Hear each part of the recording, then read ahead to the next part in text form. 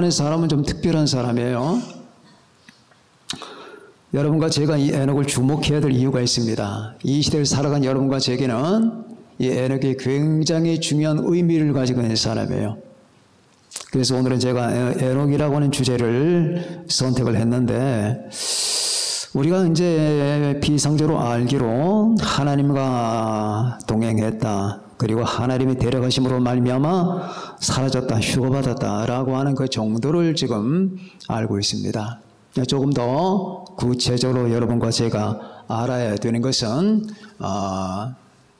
뭐냐 하면은, 자, 에녹이라고 하는 사람이 그 시대를 어떻게 살았는가, 그 다음에 에녹이라고 하는 사람이 그 살아왔던 그 모든 삶의 그 의미가 무엇인가 하는 것입니다. 자, 오늘은 첫 번째, 에녹이라고 하는 사람이 누구냐, 그리고 이 시대 여러분과 제가 에녹이 되어야 된다라고 하는 것, 이것이 무엇인가 하는 것을 살펴봅니다.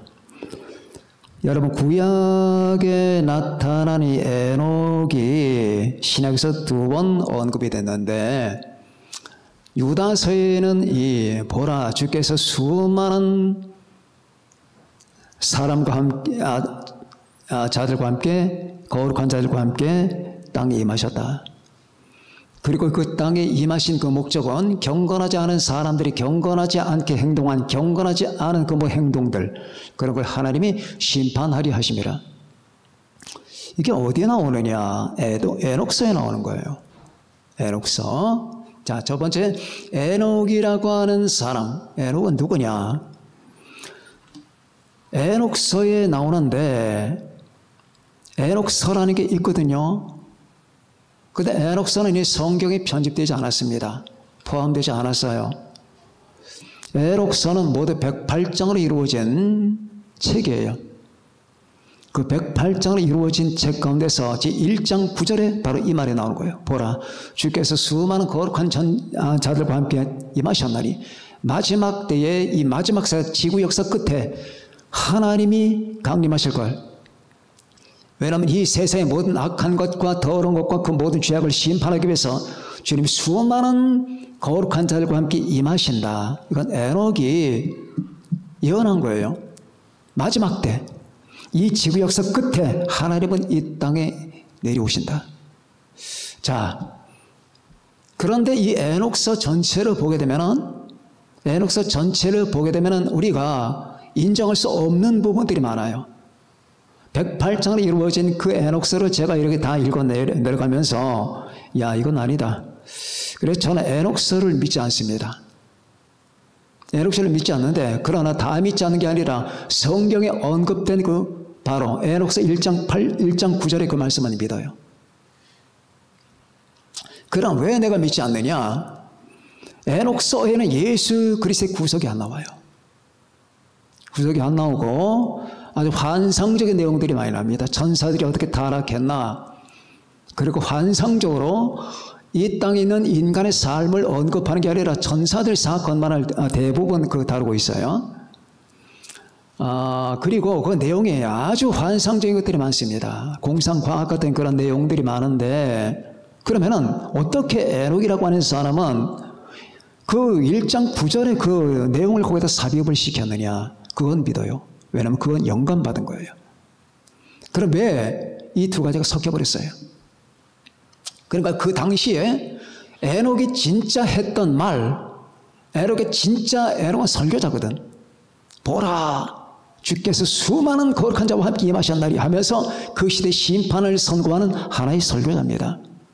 그 설교자 구정도로 내려왔는데, 구정도로 내려오는 것을 갖다가 누군가가 바로 에녹서라고 하는 책을 만들면서 거기에 끼우는 거예요.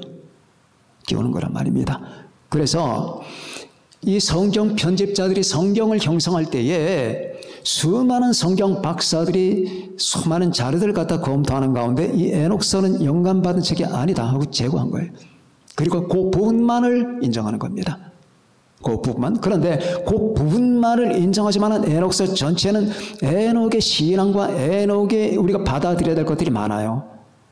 그러니까 그 부분만을 성경에 인용이 되지만 에녹서 전체 가운데서는 신앙적 정신이 많이 포함이 됐기 때문에 그걸 우리가 받아들이면 됩니다. 그런데 그 에녹서라고 하는 걸 따지기 전에 성경에 기록된 그 이 자료를 우리가 검토를 해야 돼요. 그 자료는 바로 이 창세기 5장, 그리고 유다서 1장, 그리고 히브리서 11장에 나옵니다. 간단해요. 에녹은 65세 때 모두셀라를 낳고 모두셀라를 낳은 후에 300년간은 하나님과 동행하더니 하나님이 그를 데려가심으로 다시 보이지 아니했더라. 간단한 기사예요. 그리고 이제 에녹의 예언이 나오죠. 보라, 주께서 수많은 거룩한 자와 함께 임하셨나니 이는 이 경건하지 않은 세상을 심판하리 하심이라 라는 그 말, 이건 정말 무서운 예언이에요. 이건 받아들여야 돼요. 그래서 바로 예수님의 동생 유다가 이 부분을 여러분 받아들인 겁니다. 취합한 거예요. 그리고 그 다음에 우리에게 바로 히브리서에 지저가 또 그 에녹을 갖다가 인용을 하면서 거기에 뭘 첨가했느냐. 믿음이 없이는 하나님을 기쁘시게 하지 못하나니 하나님께 나아가는 자는 반드시 그가 계신 것과 또한 그가 자기를 찾는 자에게 상 주시는 이심을 믿어야 할지니라 라는 것을 거기다가 여러분 의미 부여를 했습니다. 자, 에녹이라고 하는 사람을 살펴봅시다. 에녹은 그 당시 가운데 거룩한 사람이었어요. 그런데 65세 동안은 그렇지 않았어요. 똑같이 이 세상 사람과 같이 걸었던 사람입니다. 그럼 그 이 세상 사람과 같이 걸었다는 의미는 뭐냐? 그 당시 전 세상이 패배했었기 때문에 이 에녹이라고 하는 사람의 아들의 아들이 노아예요. 그러니까 증손자라 그 말입니다. 노아입니다. 그런데 에녹이 무드셀라를 하요. 65세 무드셀라 합니다. 근데 무드셀라라고 하는 그 이름이 죽으면 터진다예요. 죽으면 터진다. 아니면 죽으면 보낸다 그 말이에요. 죽으면 보낸다. send forth. 자, 죽으면 보낸다 그 말이에요. 뭘 보내느냐? 몰라요. 뭐가 터지느냐? 몰라요. 그런데 노아 홍수가 터질 때가 여러분 노아가 600세 될 때예요. 600세 될 때 그 해에 무드셀라가 죽어요. 무드셀라가 죽으면서 터진 거예요. 뭐 전 세계의 재앙이 임한 거예요. 그런데 이 에녹이라고 하는 사람은 이 사건을 알았을까? 몰랐을 거예요. 다만 하나님의 심판이 임할 것이다. 뭔가가 엄청난 것이 다가온다는 하는 사실은 알았던 거예요. 그래서 이름을 무드셀라로 지은 겁니다. 자, 무드셀라를 짓고 나서 그런 300년간 낳고 나서 300년간 동행해요. 그러니까 65년 동안은 그냥 저냥 그렇게 살아가다가 이 세상과 더불어서 살아가다가 뭔가 아들을 낳고 나서 그 사람에게 경각심이 든 거예요. 뭔가가 그 사람을 변화시키는 계기가 생겼던 겁니다. 그래서 이름도 무드셀라를 짓고 나서 그런 300년간 하나님과 동행을 합니다. 여러분,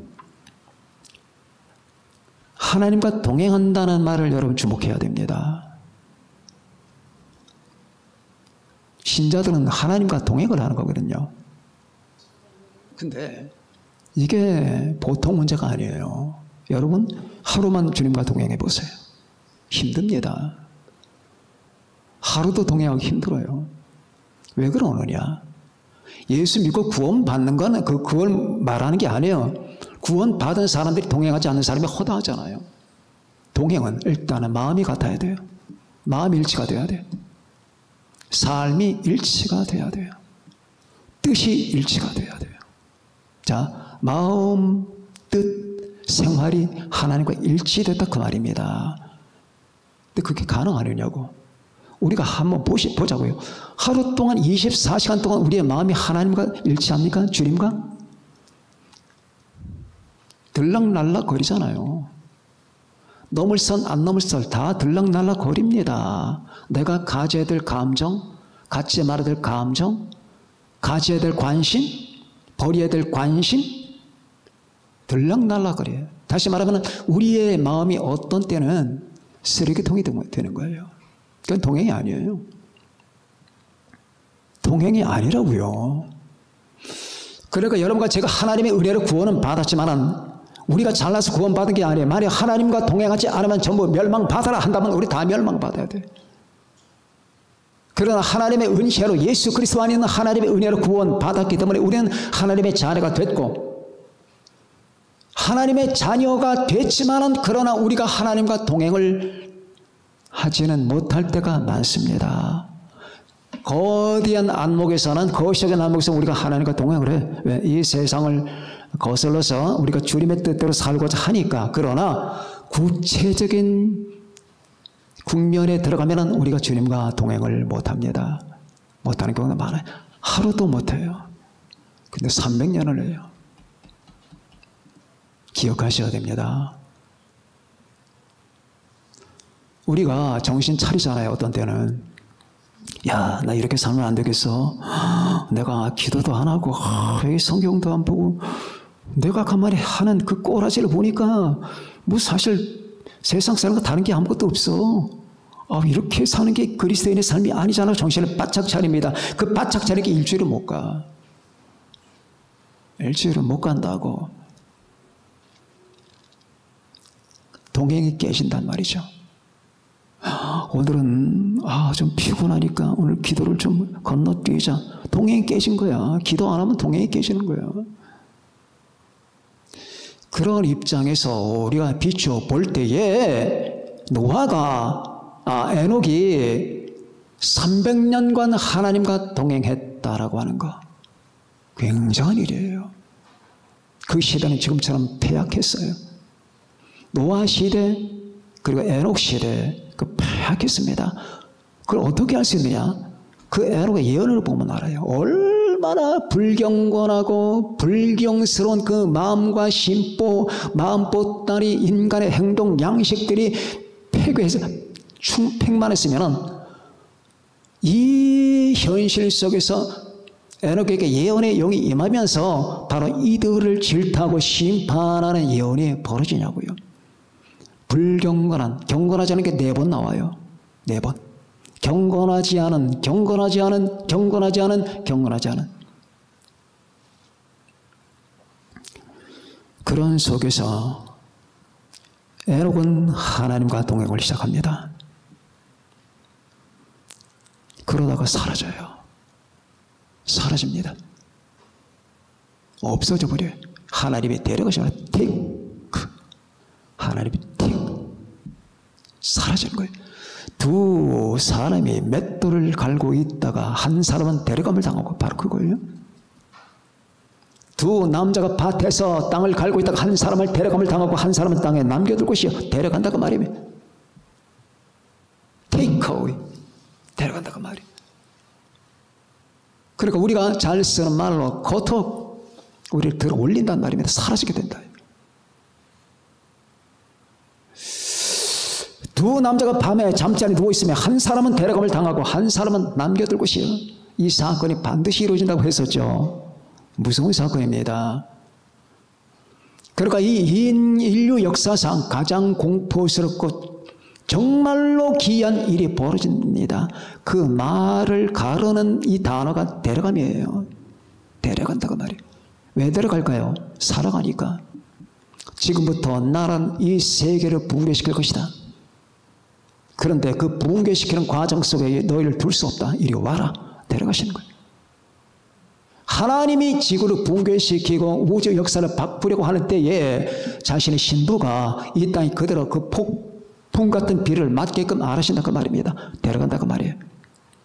그 데려가기까지 우리는 지금 기다리고 우리 주님을 만나길 기다리잖아요. 1년, 2년, 10년 너무 지쳐.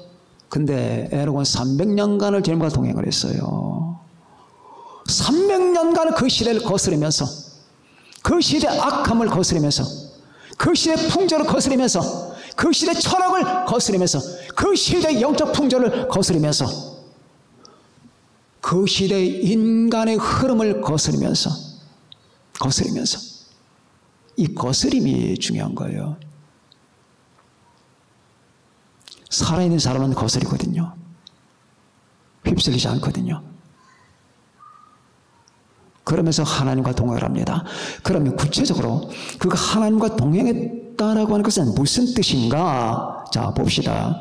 히브리서 11장에 믿음을 얘기했죠. 믿음이 없이는 하나님을 기쁘시게 하지 못하나니, 가장 기본적으로 에녹은 하나님을 믿었어요. 그러나 그 시대는 하나님을 믿는 시대가 아니에요.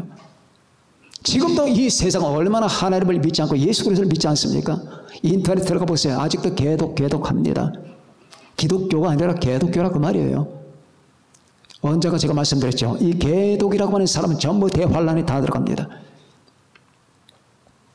이 지구가 깨져나가는 모습을 눈으로 목격하면서 자기가 감당할 수 없는 현실이 세상에 있다고 하는 사실을 그는 알게 될 겁니다. 이 감당할 수 없는 현실을 뛰어넘을 수 있는 것은 예수 믿는 것밖에 없다는 걸 알게 됐을 때, 내가 과거에 개독이라고 했던 것이 얼마나 이 무참한 짓인가 하는 것을 알게 되는 그날이 옵니다.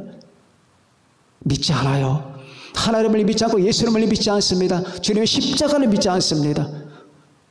예수 그리스도를 믿음으로 말미암아 구원받는다고 하는 그 사실을 안 믿어요. 믿지 않는 게 당연한 거야. 이 세대는 그래. 안 믿는 게 당연한 거고 믿는 게 이상한 거야.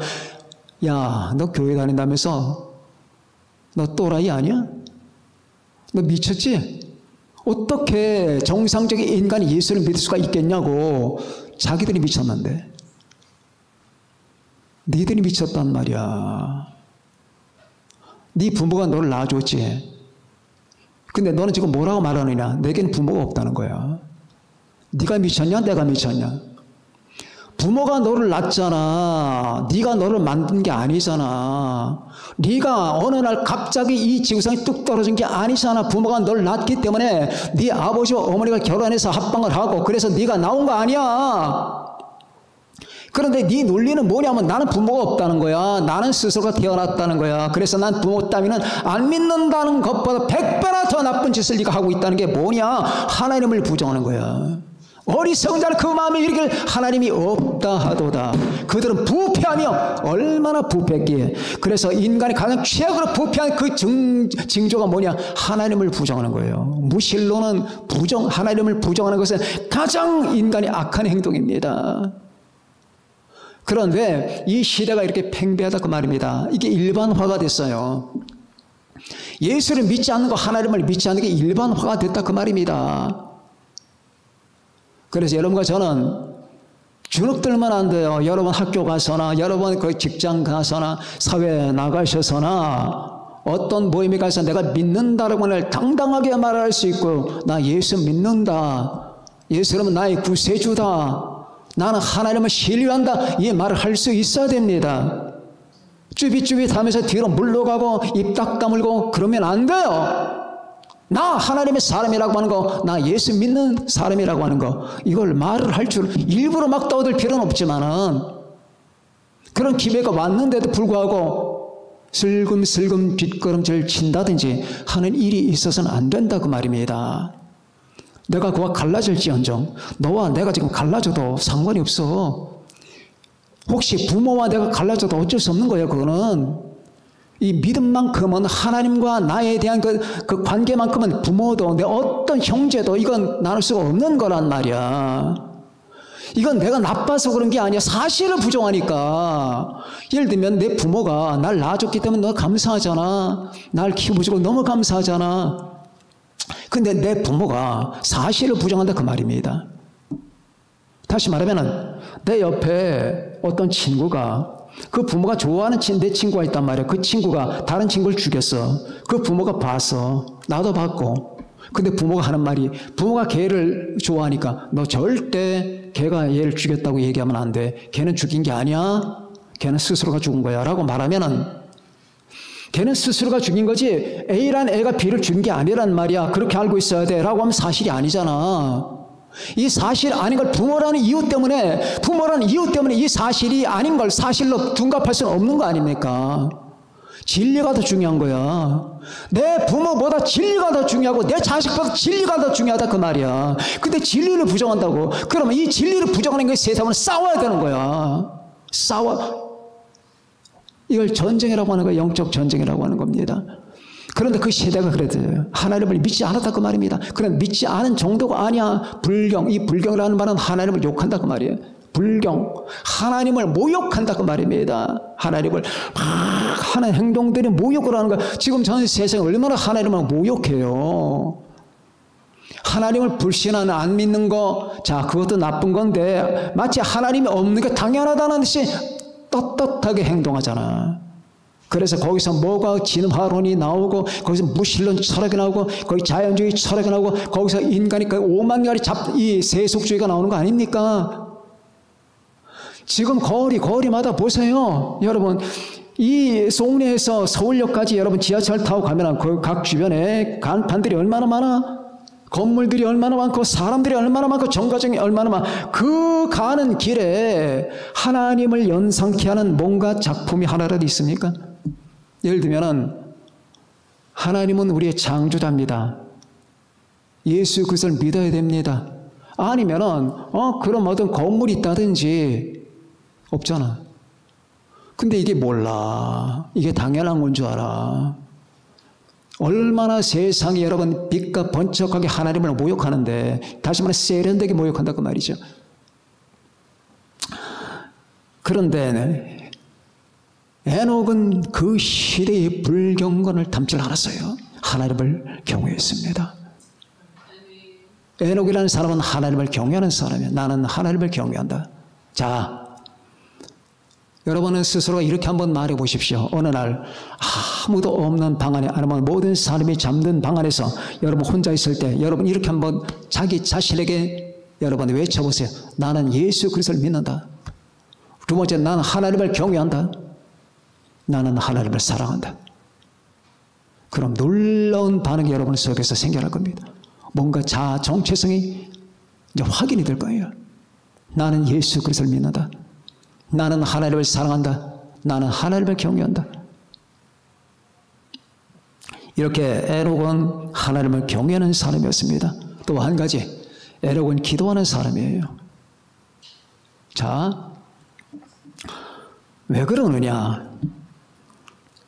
기도하지 않으면 동행이 불가능해요. 불가능하다고. 자, 여러분이 마음을 단단히 먹었어요. 내가 하나님과 동행해야지. 그런데 기도 생활 안 해. 그 각오는 1시간 만에 깨져. 안 돼요. 매일 우리가 엎드려 기도하고 간구하고 주님을 찾을 때 우리 안에서 내가 하나님과 동행할 수 있는 힘과 동기부여가 나오는 거예요. 기도는 인간을 영적으로 휴고시키는 거예요. 기도의 공간과 비기도의 공간은 달라요. 기도해 보신 분 알아요. 여러분 혼자서 한번 기도해 보세요. 아무도 없는데 여러분, 내가 지금 방 안에서 기도한다 합니다. 자, 남편 떠나, 아이들 떠나, 그래 주부가 모든 일을 다 끝마친 후에 조용히 여러분 거실에서나 아니면 골방에서 기도를 무릎을 꿇었어요. 눈을 딱 감았는데 한참 있다 보니까 내가 이 집안이 아니야. 내가 있는 공간이 집안이 아니라고. 다른 공간이야. 하나님의 성령 아니야. 예수 그리스도 아니고. 그거 여러분 못 느끼십니까? 창문이 보이고 식탁이 있고 주방이 있고 안방문이 열려 있고 이런 그런 공간 속에 내가 기도를 하는데 내가 기도하고 무릎을 꿇는 순간에 내 영혼은 휴거된다니까. 난 딴 데 있어. 그리스도 안에 있고 성령 안에 있는 거예요. 자, 그런데 이렇게 기도하지 않으면 어떻게 하나님과 동행을 하겠습니까? 기도하는 사람이었습니다. 그런데 이걸 300년 동안 했다는 얘기예요. 여러분, 하나님의 은혜로 하지만은 저도 10년간 주님과 동행을 한다면은 그걸 아주 쉽게 하는 거 아니에요. 내가 구원받은 건 은혜로 받았고 내 안에 계신 하나님의 성령에 의해서 내가 주님을 사랑하고 주님의 섬기는 길로 나가는 건 사실이에요. 그럼에도 거기에 인간의 노력이 전혀 필요 없느냐? 그건 아니에요. 인간의 노력도 필요한 거예요. 정신 차리고 이 세대를 거스르고 분별하고 그런 나 자신을 조심시키고 먹는 거 입는 거 다 조심하고 이게 다 동행이라고 말이에요. 이렇게 노아라고 하는 사람은 바로 그런 거예요. 그 패역한 시대 가운데서 하나님을 경외하는 사람이었고 믿는 사람이었고 기도하는 사람이었고 무드셀라를 낳은 다음에 이렇게 인간이 변화가 왔어요. 하나님의 어떤 특별한 조치가 있었겠죠. 그럼 두 번째, 여러분과 내가 이 마지막 시대의 에녹이 되어야 된다 그 말이에요. 히브리서가 우리에게 뭘 지금 주문하는 겁니까? 믿음으로 에녹은 죽음을 보지 않고 옮겨졌으니 하나님이 그를 옮기심으로 다시 보이지 아니하였느니라. 그는 옮겨지기 전에 하나님을 기쁘시게 하는 자라 하는 증거를 받았느니라. 믿음이 없이는 하나님을 기쁘시게 하지 못하나니 하나님께 나아간 자는 반드시 그가 계신 것과 또한 그가 자기를 찾는 자들에게 상 주시는 이심을 믿어야 할지니라. 믿음으로 노아는 아직 보이지 않는 일에 경고하심을 받아 경외함으로 방주를 예비하였으니 이로 말미암아 세상을 종자하고 믿음을 따른 의의 상속자가 되었느니라. 자, 전부 에녹과 노아와 이렇게 나타나다 그 말입니다. 전부 다 하나님과 동행했던 사람이에요. 그럼 여러분과 저도 이 시대에 동행을 해야 돼요. 이게 주님의 주문이었습니다. 지금 히브리서가 뭘 얘기하는 겁니까? 하나님과 동행하는 얘기예요. 믿음으로.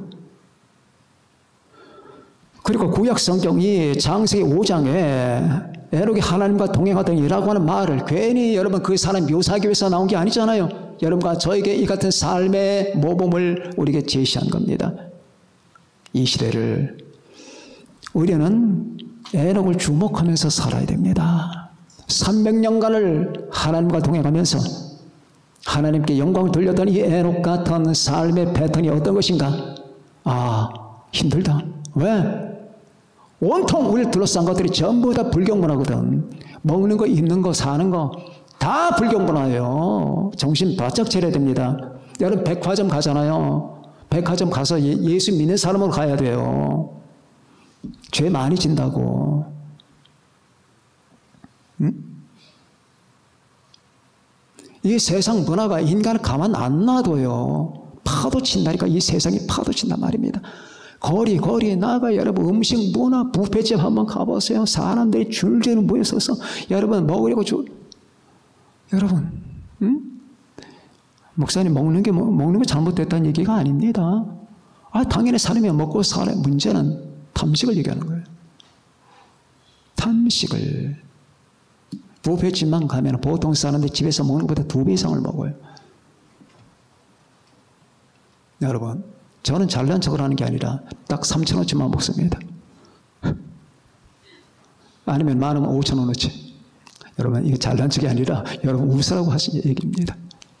네, 또 그게 안 맞아, 저한테는. 자, 그런데 이 시대는 특별히 그 에녹 시대보다 뭐가 발달했느냐? 학문이 발달했잖아요. 경제가 발달했잖아요. 그죠? 모든 문화가 발달했습니다. 훨씬 인간의 패약한 정도는 비슷하지만 지금도 더 패약하겠죠. 그런데 뭐가 그때보다 더 많이 발달했느냐? 문화가 발달하고 학문이 발달했고 경제가 발달했잖아요. 그러면 더 증가된단 말이에요. 인간이 타락할 수 있는 기회는 더 많다 그 말이에요. 당연히 많아지죠. 발달한 사회에서의 그 범죄가 비발달한 사회에서 범죄가 더 가능성이 많아지는 거예요. 그런 것 가운데 여러분과 제가 이 시대에 주님을 기다리고 있는 입장에서 여러분 우리는 에녹을 주목해야 될 만한 이유가 있는 것은 바로 우리가 이 시대에 에녹 같은 삶을 살아야 나중에 데려감을 당한다 그 말이에요. 하나님이 데려가더니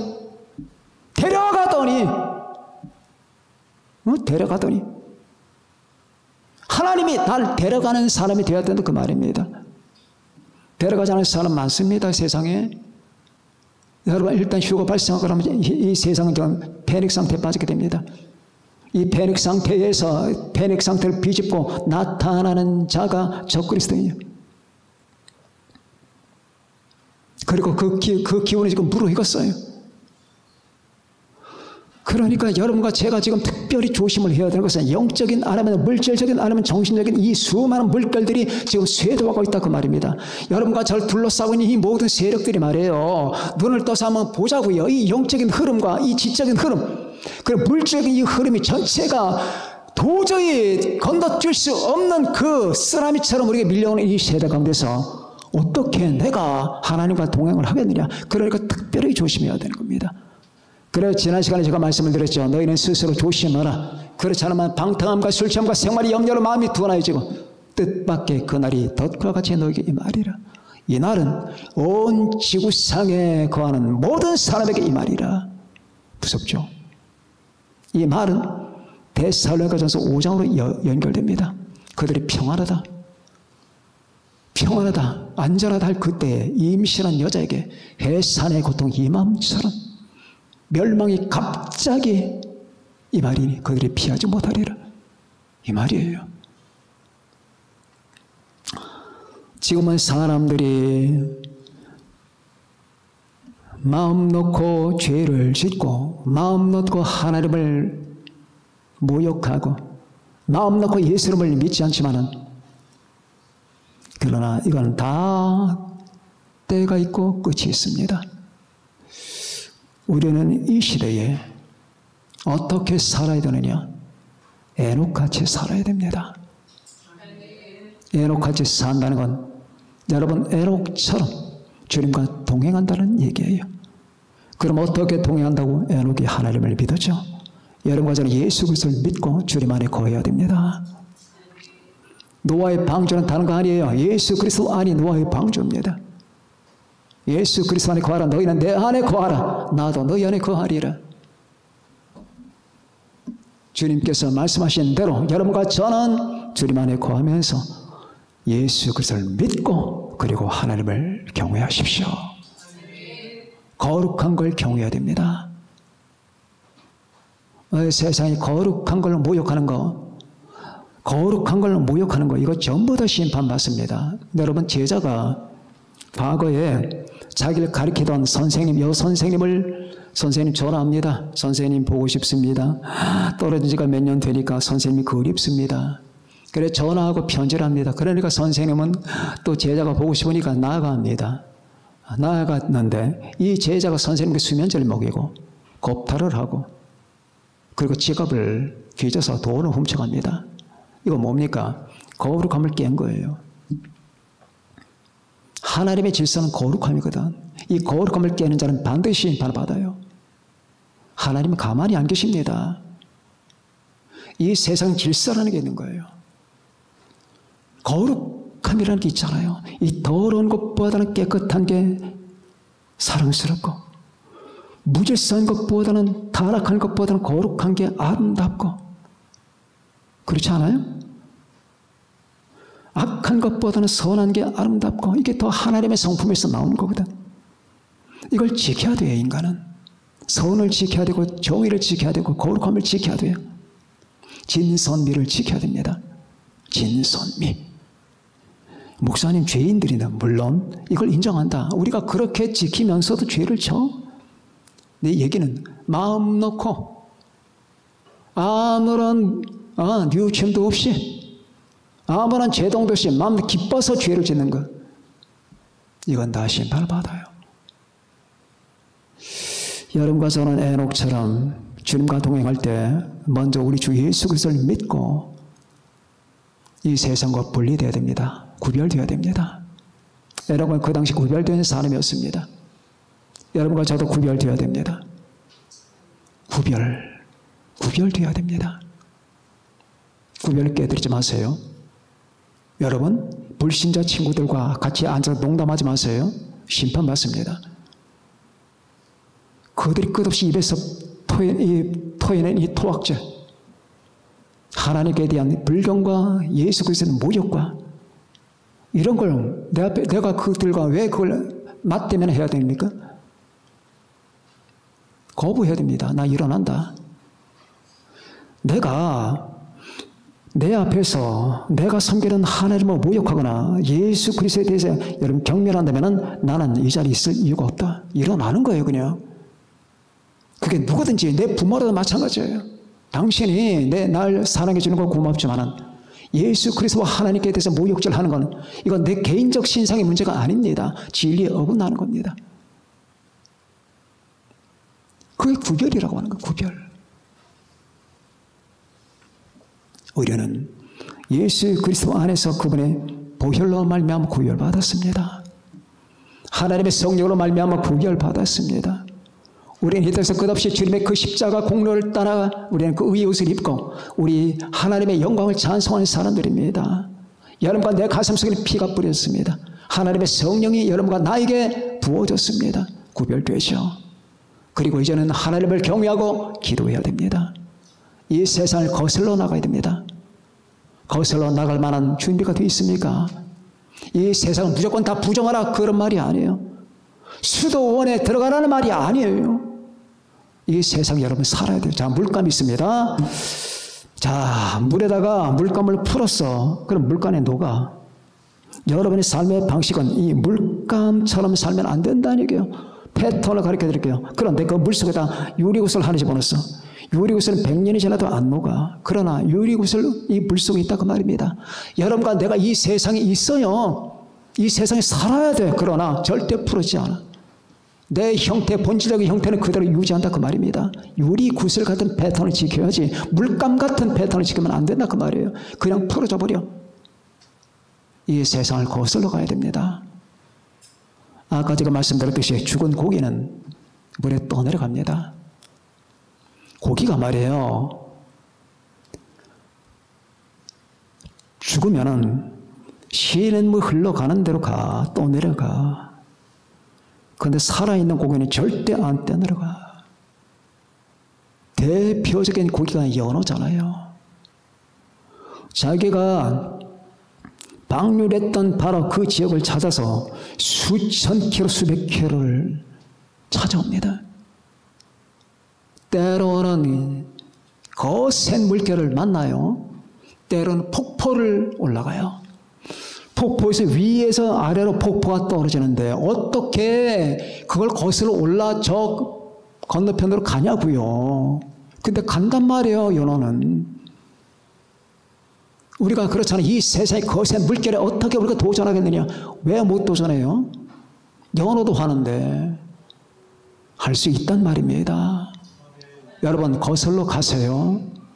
여러분 잘 아시는 알렉산드로 솔제니친 러시아 작가죠. 제가 존경하는 사람 가운데 하나입니다. 러시아에 제가 세 사람 좋아하는 사람이 있는데 도스토옙스키, 솔제니친입니다. 뭐 뚜르게네프도 좋아하긴 하지만 이 세 분을 제일 좋아해요. 그 솔제니친이 이반 데니소비치 하루라고 하는 그 책으로 노벨상을 받았고 그 다음에 수용소 군도를 지어서 굉장히 유명해졌죠. 그리고 안병동을 지면서 더욱 그 사람의 이름이 높아졌습니다. 그런데 이 솔제니친이라고 하는 사람을 어떻게 표현하느냐. 반체제 작가라고 하네요. 반체제 작가. 반체제, 그 체제에 거스르는 자라고 말해요. 러시아 공산주의 그 체제를 거스른 거예요. 얼마나 힘들겠어요. 생각해 보세요. 뭐 이 나라에서 뭐 가톡을 검열한다느니 뭐 한다고 하잖아요. 이거는 1000분의 1도 안 돼. 그 당시 스탈린 밑에서 공산주의 사회 밑에 산다는 건 여러분 얼마나 힘들어요. 공산주의 사회와 영합을 해야 돼요. 그들의 그 모든 이념과 그들의 모든 사상과 삶의 방식을 따라야 됩니다. 그들은 기본적으로 무신론자들이고 유물론자들입니다. 근데 솔제니친이 거슬러 올라가는 거예요. 그러니까 일각에서는 죽여야 된다. 죽여야 된다고 했습니다. 그러나 또 일각에서는 죽이면 안 된다. 세계에 눈이 있지 않느냐. 이래가지고는 솔제니친이 그 나라에서 못 살고 자기 나라잖아요. 그런데 추방을 당합니다. 서독으로 추방됐다가 거기서 스위스로 갔다가 거기서 다시 미국으로 와요.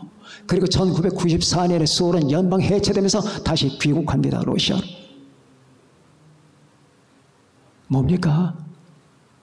그동안에 얼마나 내 땅, 내 나라, 내 가정을 두고 흘러다녀야 돼. 왜 흘러다닐까요? 거슬러야 되니까. 이 인간을 말살하고 하나님을 경외하지 않는 나라에 대해서 내가 영합할 수 없으니까. 솔제니친은 신자거든요. 그리스 종교의 모스크바 종교 신자입니다. 그 솔제니친이 서방 미국으로 가서 연설을 한 게 하나 있어요. 그 연설 내용을 제가 읽어본 적이 있어요. 책 한 권 분량입니다. 거기서 중요한 말 한마디가 나와요. 러시아의 6,000명이 죽었다. 공산혁명 때문에 6천만 명이 피해를 뿌린 근본적인 이유가 뭔 줄 아느냐? 하나님을 잊었기 때문이다. 자, 굉장하죠? 이러한 믿음을 갖고 어떻게 거스르지 않을 수가 있겠습니까?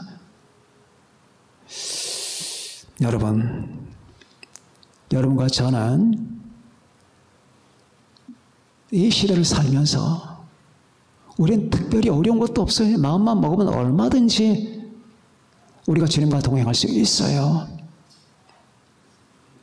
여러분, 예수 그리스도 안에 거하면서 주님의 십자가 붙들고 그분의 십자가 보혈의 은총을 입고 의의 옷을 입고 하나님의 성령을 내 안에 모시고 그리고 하나님을 경외하면서 기도하면서 주님 오실 때를 바라보는 이 태도가 이 시대의 에녹으로 사는 겁니다.